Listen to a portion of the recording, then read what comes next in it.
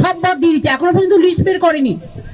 আমার কথা হচ্ছে সুপ্রিম কোর্ট বলেছিল লিস্ট বের করতে, ফার্স্ট সাপ্লিমেন্টারি লিস্ট আমরা কেউ এখনো পাইনি, পাবলিক ডোমেনেও আসেনি। এর থেকে বেশি গণতন্ত্র হত্যা, আনফরচুনেট ফর ডেমোক্রেসি হতে পারেন না। কবে বেরোনোর কথা ছিল লিস্ট? সুপ্রিম কোর্ট কবে ভার্ডিক্ট দিয়েছিল? 28শে ফেব্রুয়ারি লাস্ট লিস্ট বেরিয়েছিল। তারপরে অ্যাডজুডিকেশনের লিস্ট এতদিন ধরে হিয়ারিং হলো, তাতেও তো 50% নাম আমি শুনেছি কেটে কেটে বাদ দেওয়া হয়েছে, এবং দেখে দেখে বাদ দেওয়া হয়েছে। আমি শুনেছি সুতির একটা ব্লকে লোকই আছে মনে হয় 500, একটা বুথে 400 বাদ। এরকম অনেক জায়গা আছে, বসিরহাটে একটা ব্লকে একটা বুথে হয়তো 600 ভোটার আছে, 400 বাদ। এসব কে করেছে? কারা করেছে? একদিন না একদিন তো মানুষ কৈফিয়ত চাইবে। বুকের পাটা থাকলে আমি বলবো লিস্ট বের করুন আগে, মানুষকে জানতে দিন কার নাম আছে কার নাম নেই।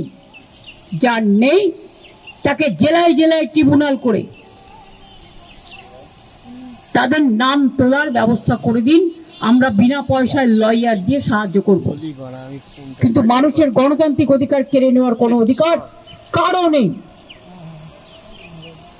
যা চলছে তা সুপার হিটলারকেও ছাড়িয়ে যাবে। হিটলার টিটলার ভুলে যান, টোটালটা বিজেপি ভ্যানিশিং ওয়াশিং মেশিন হয়ে গেছে। ডেমোক্রেসিটাকেই ভ্যানিশ করে দিচ্ছে, মানুষের অধিকারটাকেই ভ্যানিশ করে দিচ্ছে। এদের দেখে আমার ঘৃণা হয়, লজ্জা হয়। বাংলার প্রতিটা মানুষ এর জবাব দেবে। এক একটা পরিবারে একজনের ভোটের নাম আছে, 4 জনের নেই। আর দেখে দেখে অনেক কমিউনিটি থেকে লক্ষ লক্ষ নাম বাদ দেওয়া হয়েছে। কার জমিদারি এটা? বিজেপির জমিদারি দেশটাকে বেঁচে দিয়ে লজ্জা করে না? মানুষের ভোটাধিকার কেড়ে নিয়ে ভোট করবে, আর ভ্যানিশ কুমারের নামে ওয়াশিং মেশিন চালাবে, আর সবকিছু লোক সহ্য করবে। বিদ হবে, ধর্মের কল বাতাসে নড়ে।